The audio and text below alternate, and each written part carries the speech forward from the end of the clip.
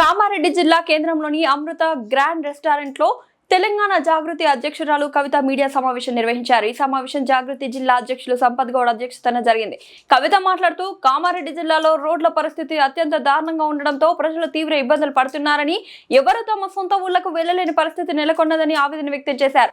వెంటనే రోడ్లను సరిచేయాలని ప్రభుత్వాన్ని డిమాండ్ చేశారు. అంతేకాక కాళేశ్వరం ప్రాజెక్టు నుండి కామారెడ్డికి నీళ్లు తరలించే ఏర్పాట్లు చేయాలని కోరారు. రైల్వే ట్రాక్ వద్ద గొర్రెలు మేపుతూ ప్రమాదానికి గురై చనిపోయిన సుధాకర్ కుర్మా కేసులో అతని కుటుంబానికి కనీసం 12 లక్షల నష్టపరిహారం ఇవ్వాలని ప్రభుత్వం చర్యలు తీసుకోవాలని కవిత డిమాండ్ చేశారు. జాగృతి కార్యకలాపాలపై మాట్లాడుతూ ఎక్కడ సమస్య ఉంటే అక్కడికి వెళ్లి ప్రజల సమస్యలను ప్రభుత్వ దృష్టికి తీసుకువెళ్లడమే జాగృతి ధ్యేయమని తెలిపారు.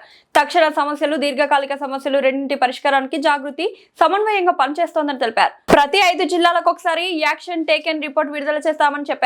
కామారెడ్డిలో తమ పర్యటనకు లభించిన అపూర్వమైన స్పందనపై కవిత కృతజ్ఞతలు తెలిపారు. ప్రత్యేకించి లింగంపేటలో మహిళలు, యువత భారీ బైక్ ర్యాలీతో స్వాగతం పలికారని అన్నారు. ఆటో యూనియన్ తరపున అల్తాఫ్ నేతృత్వంలో భారీ ఆటో ర్యాలీ నిర్వహించారని, ఆటో కార్మికుల కోసం ప్రభుత్వం వెల్ఫేర్ బోర్డు తప్పనిసరిగా ఏర్పాటు చేయాలని డిమాండ్ చేశారు. తదుపరి కామారెడ్డి ప్రాంతంలో మిగిలిన సమస్యలను కూడా పర్యటనలో పరిశీలిస్తామని కవిత తెలిపారు. జై తెలంగాణ అంటూ సమావేశాన్ని ముగించారు. పట్టణంలో చాలా కాలనీలు నీట మునిగినటువంటి పరిస్థితి. అయితే కామారెడ్డికి ఉండేటటువంటి ఆ ప్రత్యేక పరిస్థితుల దృష్ట్యా ముఖ్యమంత్రి రేవంత్ రెడ్డి గారు పర్యటనకు రావడం జరిగింది.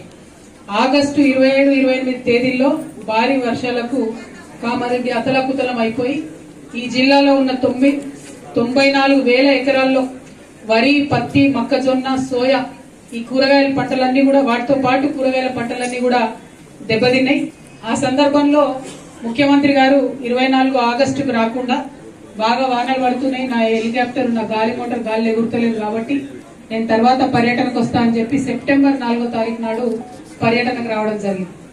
వచ్చి ఆయన అన్ని తిరిగిపోయిండు, చూసుకొని ముఖ్యమంత్రి గారు అన్న మాటలు ఏంటంటే, వరదల కారణంగా చనిపోయిన వారి కుటుంబాలకు 5 లక్షల రూపాయలు ఇస్తాం, పంటలు దెబ్బతిని ఇసుక మేటలు ఎక్కడైతే వేసినాయో వారందరికీ ప్రత్యేక సాయం అందిస్తాం, పశువులు చనిపోయిన వారిని ఆదుకుంటాం, ఇండ్లు కూలిపోయిన వారికి ఇందిరమ్మ ఇండ్లు ఇస్తాం, వరద సాయంపై మళ్ళీ 15 రోజుల్లో సమీక్ష చేసి మీ అందరికి అండగా ఉంటానని ముఖ్యమంత్రి గారు అన్నట్టు చెప్పడం జరిగింది.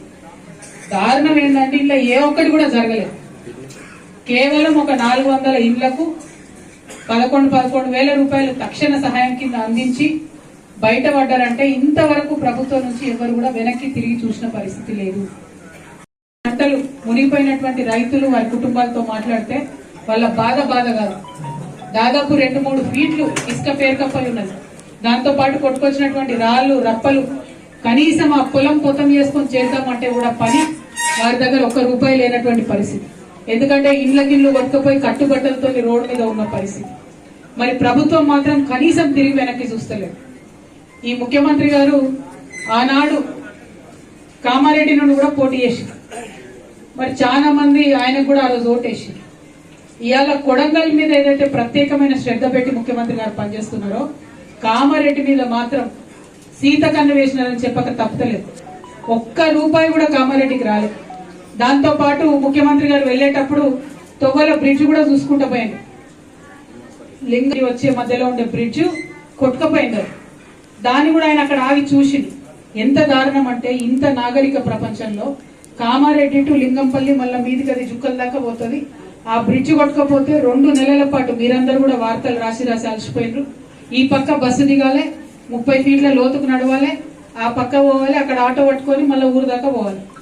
అటువంటి పరిస్థితుల్లో 2 నెలలు కామారెడ్డి ప్రజలు ఇబ్బంది పడితే తర్వాత కాంట్రాక్టర్కి ఇస్తే ఆయన వచ్చి మట్టి వచ్చిపోయాడు. ఇప్పుడు కూడా నిన్న మేము రాంగ్ ఆగి చూసినాం, ఓన్లీ మట్టి రోడ్డు ఉంది. మళ్ళా వాన పడ్డా, ఇంకోటైనా, ఒక పెద్ద లారీ అయినా, బస్సు అయినా, ఎప్పుడు ఏమైతుందో తెలియని పరిస్థితి అక్కడ ఉన్నది.